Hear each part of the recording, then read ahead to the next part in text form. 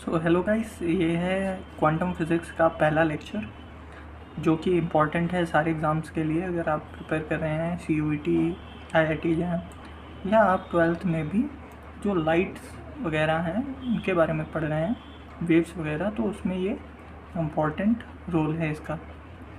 तो हम बात करेंगे 17th सेंचुरी की।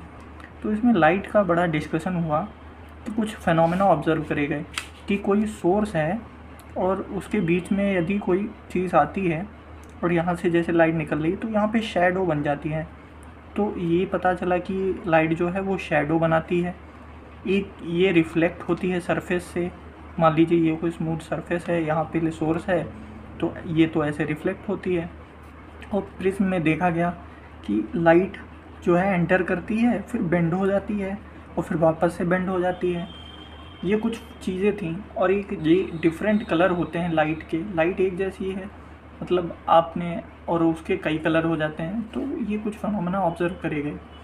फिर न्यूटन भाई साहब आते हैं और इन्होंने एक अपना रूल, अपना एक काइंड ऑफ लॉ दिया, उसको कहते हैं कॉर्पस्कल। ठीक है ना, कॉर्पस्कल।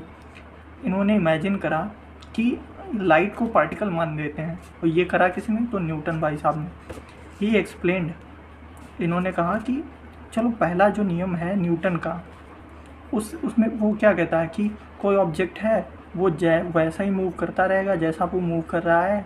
जब तक उस पर कोई फोर्स ना लगे, उस पर कोई बल ना लगे, तब तक वो वैसे ही चलेगा। या रेस्ट पे है तो रेस्ट पे रहेगा। तो यहाँ से उन्होंने ये कहा कि अगर फर्स्ट लॉ मेरा सही है तो इससे ये होता है कि जो लाइट है वो फ्री स्पेस में बिल्कुल स्ट्रेट लाइन में ट्रैवल करेगी, क्योंकि वहाँ उस पर कोई फोर्स ही नहीं लग रहा। तो ये उनकी बात सही भी थी।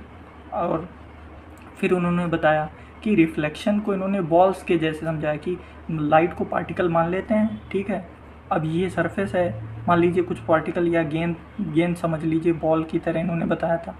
तो ये ऐसे बाउंस होंगे। तो इन्होंने रिफ्लेक्शन को ऐसे समझाया। फिर उन्होंने कई चीज़ों को समझाया। फिर उन्होंने when light enters different medium, अब इन्होंने ये समझाया कि स्पीड कैसी जो होती है।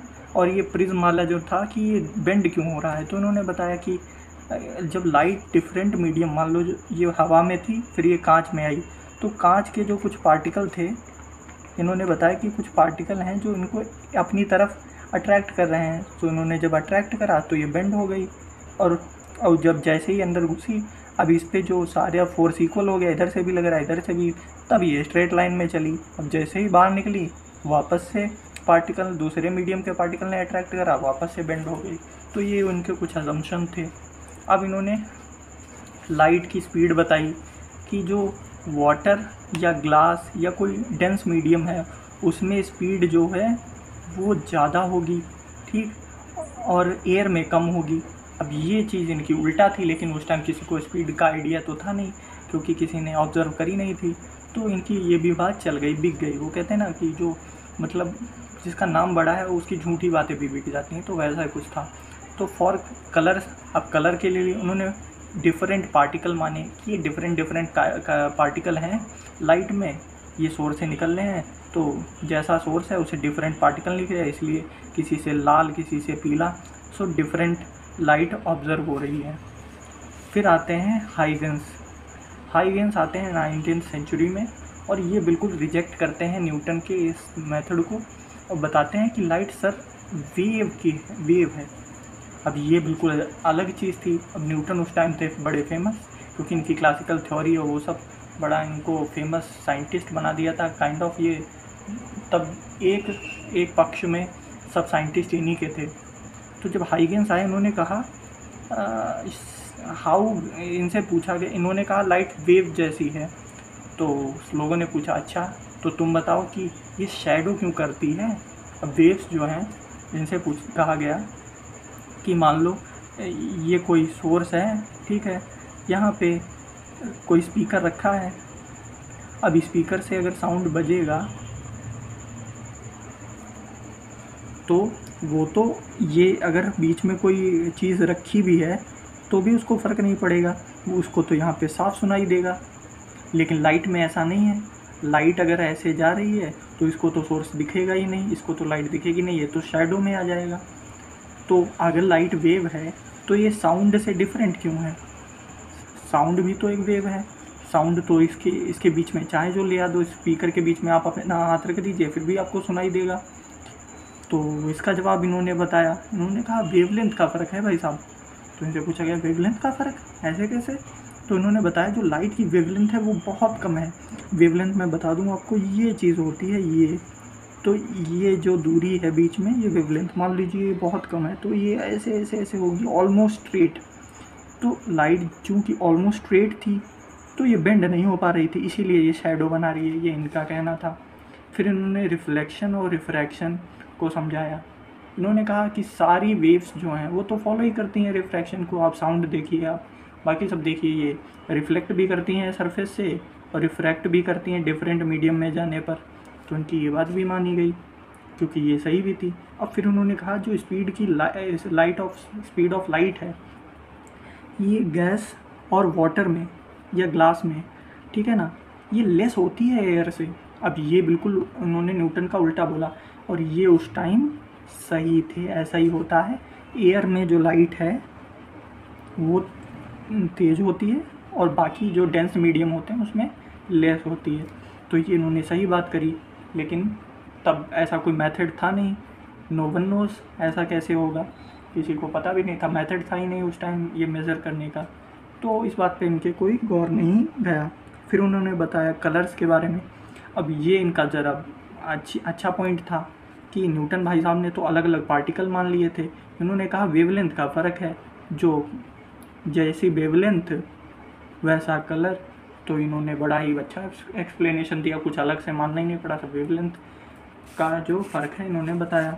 तो ये इनकी बातें तो सारी सही थी लगभग, लेकिन जो न्यूटन भाई साहब थे ये फेमस बहुत थे उस टाइम, ये इनकी ज़्यादा वैल्यू थी।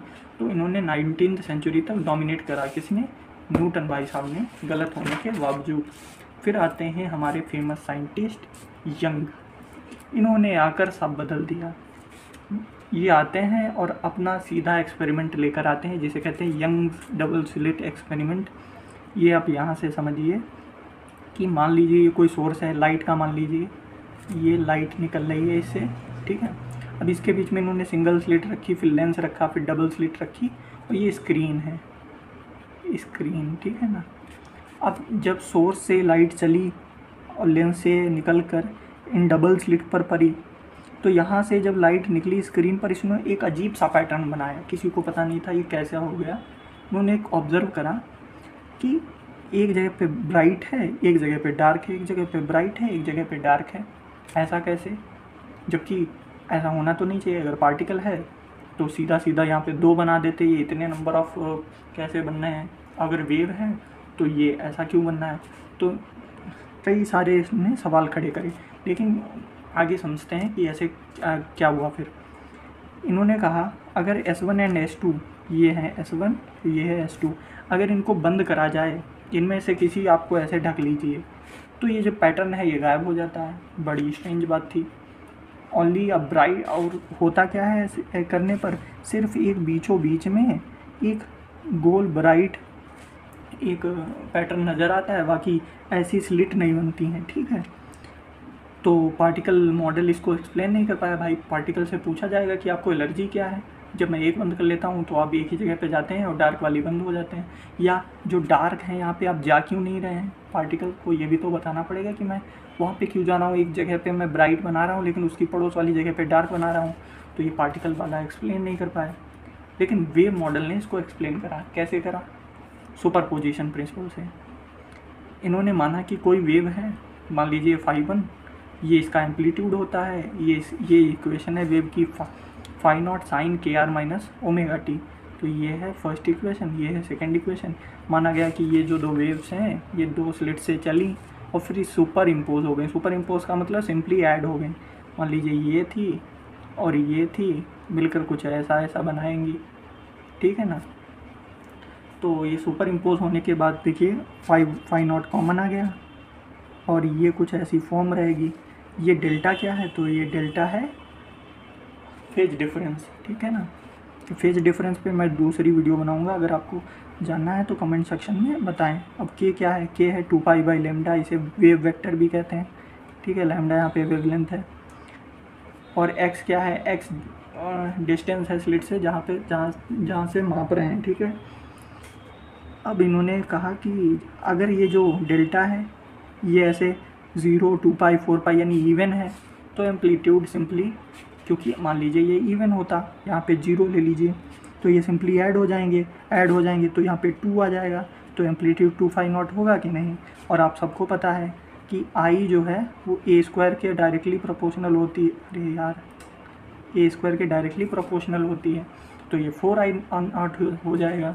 लेकिन जब ये ऑड है, पाई, 3 पाई, 5 पाई, तो यहाँ पे आप देखना कि मान लीजिए ये पाई होता तो sine pi plus theta minus sine theta, इसमें से ये घट जाएगा, घटने पर ये 0 हो जाएगा, एम्पलीट्यूड 0 हुआ। एम्पलीट्यूड और इंटेंसिटी डायरेक्टली प्रोपोर्शनल है, तो ये भी 0 हो गया। तो इसका मतलब यहाँ पे डार्क फ्रिंज होगी, यहाँ पे ब्राइट फ्रिंज होगी। फ्रिंज मतलब हम पैटर्न को फ्रिंज कहते हैं, ठीक है। अब ये इन्होंने एक फार्मूला दे दिया, कहा अब यहाँ पे वैल्यू रखते जाओ, इंटेंसिटी निकालते जाओ। बड़ा सही था ये, सबने कहा अरे भैया न्यूटन भाई साहब तो गलत थे, वो हाइगेंस भाई साहब बिल्कुल सही थे। कई और साइंटिस्ट आए, फ्रॉनहोफर आए, फ्रेनेल आए, इन्होंने भी ये वेव मॉडल को सेटिस्फाई कराया। फिर स्पीड ऑफ लाइट प्रूव हुई कि देखिए जो एयर में थी वो ज़्यादा थी, मीडियम में वो कम है। मैक्सवेल भाई साहब आए, इन्होंने इलेक्ट्रोमैग्नेटिक थ्योरी दी वेव की, ये भी बड़ी पॉपुलर हुई। तो सबने वेव वेव वेव करके इसको पॉपुलर कर दिया और उन्होंने फिर डोमिनेट करा 20, ठीक है, उस सेंचुरी को पूरी। और जब तक कि नहीं आया क्या, जब तक नहीं आया फोटो इलेक्ट्रिक इफेक्ट कुछ ऐसा आया कि इसने फिर से न्यूटन बाबा के तरफ मोड़ दिया सबको। तो ये कैसे हुआ ये अगले वीडियो में समझेंगे। तो that's all for this video, please hit a like and if you have some questions please ask me in the comment section.